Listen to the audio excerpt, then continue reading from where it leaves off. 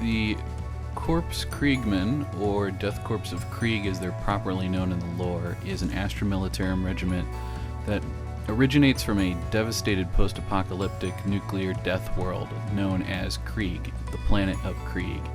And there's some really wonderful great lore that I would encourage you to look up about them, and they are a very iconic miniature in Warhammer 40k, and if you've ever seen one before, you will instantly recognize them from the other end of the table. They are so unique and different from pretty much almost any other army out there, and they are some of my favorite miniatures, and I know the favorites of a lot of other people out there as well.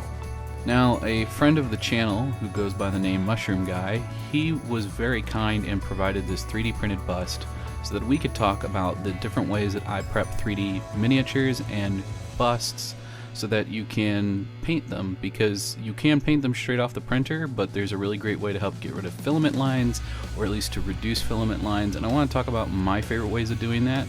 And then my favorite ways are not the end all be all, and you may have some better ways, and if you do, feel free to share those in the comments below. But anyway, I've talked enough now, let's move on with the video.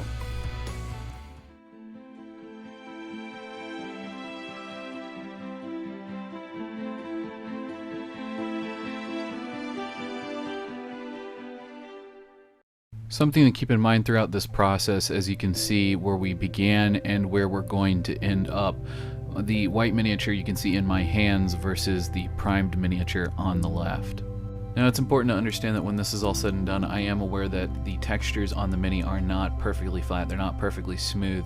I am happy with where I got it to, as the textures that I'm going to be creating on the surface of the bust is not going to harm the final product. It's going to work together, it's going to work well, and so I was happy with where it was.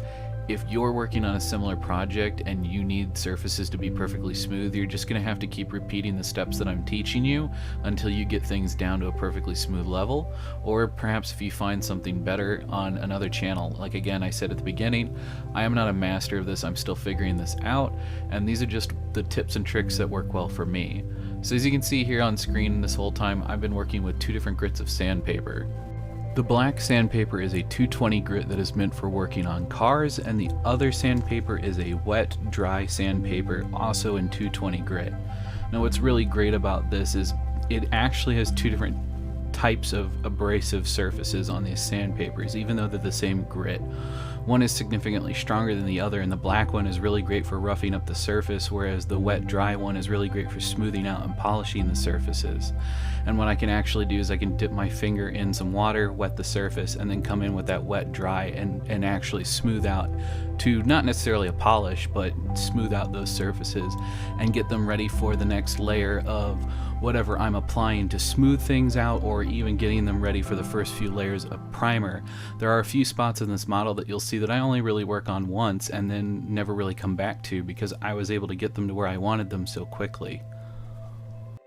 Something to keep in mind, especially right now on screen, is we are basically using Fusion by Krylon. It is a matte black, but it also has acetone in it. And why we want to use acetone is acetone is also used in the smoothing of a 3D print surface. If you buy a machine that is designed for smoothing out a 3D print, you are going to end up with something that basically sprays acetone on your print and vapor baths it, and then sucks all that vapor back out, and then you have to wash it to get all that acetone off before it really eats into the model. If we just use spray paint as a primer, this stuff tends to be a little thick, so it's almost like using auto body primer with filler in it, and it fills in the gaps and it smooths out the high spots, and then we can sand it down, hit it again, and keep doing this until we're ready to actually start to put primer on, which I end up using Tamiya primer, because once again it has an acetone based paint. You can smell it in the air when you're spraying this if you don't have proper equipment on. It can be pretty nasty stuff, so I highly recommend using a face mask when using these paints. But it is a really great way to smooth out the surface on a 3D print if you're using filament printers.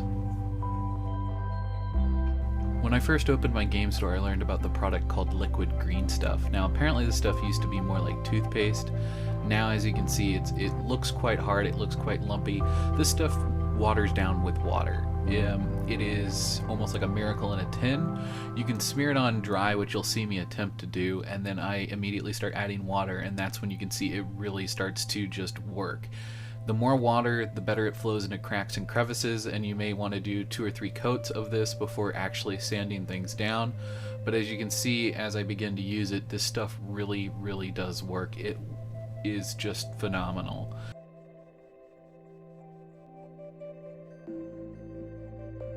Now you can start to speed up the drying process with a hair dryer, but honestly at a certain point you need to just let this stuff dry. Now while it dries, I want to talk about one of my other favorite methods, and we've seen this before on the channel. This is the sprue in hobby glue method. I've literally just sacrificed a bottle of hobby glue and put a bunch of sprue into it to dissolve, and it basically creates like this liquid plastic that we can just kind of smear on with the brush applicator. And this works really, really good for large, thick grooves like what we see on the shoulder pauldron here. It's a really great way to smooth that out, but it's also a really great way to smooth out super thin ones like on the collar. And we end up using this on the collar as well because you can just get it nice and smooth. And if you really manipulate with it and work it and move it around, you can actually just get away with not having to sand it almost at all. And you'll see that it basically doesn't change after this method on the collar anyway. I do go back in on the shoulder pauldrons and really work on them individually, and I do a combination of the green stuff and this liquid sprue method, and that's how we end up with our final product at the end of this video. Now real quick before we cover our next technique, I want to talk about the positives and the drawbacks from both of these methods we just talked about. With the green stuff you can see we can fill nice big gaps, and we can also smooth out surfaces, and I do say that you can do that with the sprue method as well. But with the green stuff you are going to have to do some serious sanding, and things like those little bolts on the helmet, those are going to start to get worn down unless you're really, really careful when you start sanding things. Whereas if you use the sprue method, you can brush around them and just avoid them entirely and then not sand them. You can just, it's a lot easier to just deal with. But it does have its drawbacks, and its major drawbacks with the sprue method is if you start to sand too soon or there's not been good adhesion, it will just separate off the same way like school glue will, like the type of stuff elementary students use. It will just peel back off, and you'll start sanding and it'll just come off in big chunks and you'll have to reapply it. So this is one of those things where if you use the sprue method, you definitely need to just set the model down and come back in a few hours. Whereas with the green stuff, it was dry within an hour and a half at most, even in the thickest of places. For full disclosure, I've been using the same types of sandpaper, but I have now repeated those processes several times. And this is where I start running into the issue with the sprue glue not really adhering the way I want to because I'm working with it too quickly, and I'm having to start evolving using other methods to fill some gaps. And that's where we're going to start talking about our next product. But as you can see, the green stuff is really held up really lovely. The sprue is doing okay, but we're going to move on to another product that I really love to use, but I don't use very often, because once you use this product, again, it has acetone in it, just like how I'm talking about with the primers and things.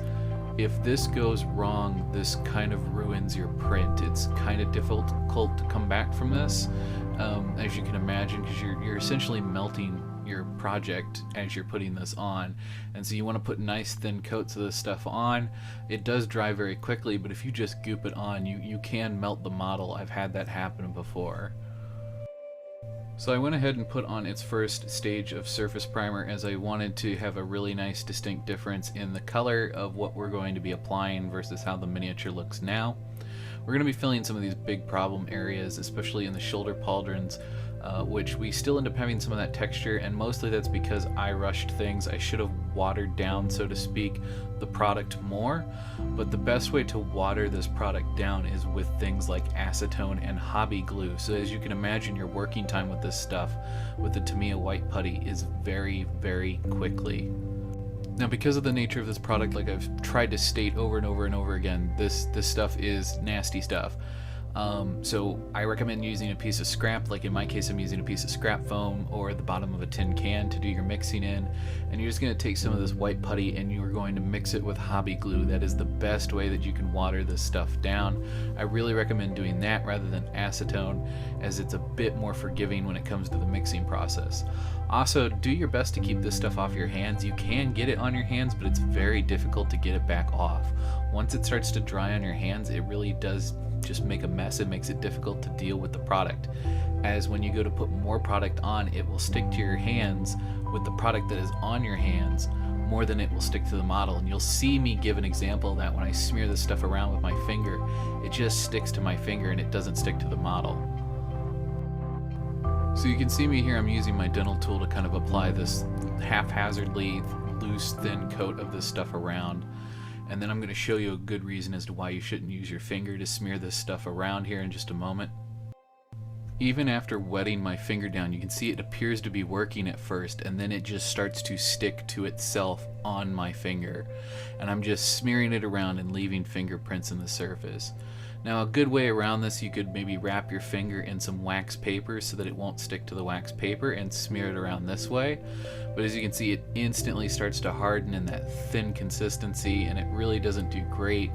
And I do smush it around with a bit of paper towel, but even that's not great. This product really just sticks to itself really well. You can see it's starting to get a little wispy, and it's just kind of getting to be a bit of a pain in the butt. It just doesn't really want to work. It sticks to the paper towel, it sticks to your hand. It's not a good way. You can see I'm just smearing more on, and I am able to fix this because these are nice big flat surfaces. I can just sand this down, but yeah, this is why you need to use either like a glove or something, but make sure you're using something that can stand up to acetone, something that's rated for acetone, or else it's just gonna melt the glove to your hand and it'll just be a mess to clean up. So to start wrapping things up now, we can see it kind of in its done state at this point. It's ready for paint. I showed you these techniques in the order of what I believe are the easiest to learn versus the hardest to learn, starting with the green stuff and using water to kind of mix it all together, and then moving to the sprue method where we're adhering more plastic to the miniature, and then moving on to the Tamiya putty where we're melting and adding this putty to the miniature. It is more aggressive in that third stage. Now, there are other options out there, and perhaps some work better than how I have gone about doing this, but these are the three that I know the most about and the three that I feel the most comfortable teaching, which is why I've decided to make this video. Now, like I said at the start, I've always wanted a bust of a Krieg Corpsman. I think that they are just a super iconic miniature, and in the process of looking at 3D prints, I've actually managed to find, I believe, about 4 of these that seem to be of similar style. And I definitely plan to print some of these on my own printer, which I've recently acquired, which is a resin printer. And as I learn more about that, I plan to share that side of the hobby with you guys here on the channel as well. But just know that there are going to be more prints coming, but they just won't be with a filament printer, as I don't own one. There may be some more filament prints coming from Mushroom Guy, but that'll remain to be seen. And until then, I give a very special thanks to Mushroom Guy. Thank you so much for providing this bust for us to have here on this channel so that I could teach this video. It really does mean a lot to me, and I'm sure it means a lot to some of the people who are watching this video. In any case, I definitely plan on doing something really cool with this, and we'll probably be giving it away once it's all painted up, so stay tuned on the channel for that. But in the meantime, guys, thank you so much for watching. Thank you for all the love and support. And until next time, I hope your display case is always overfilled, and I hope your pile of shame never runs empty. Until next time, guys.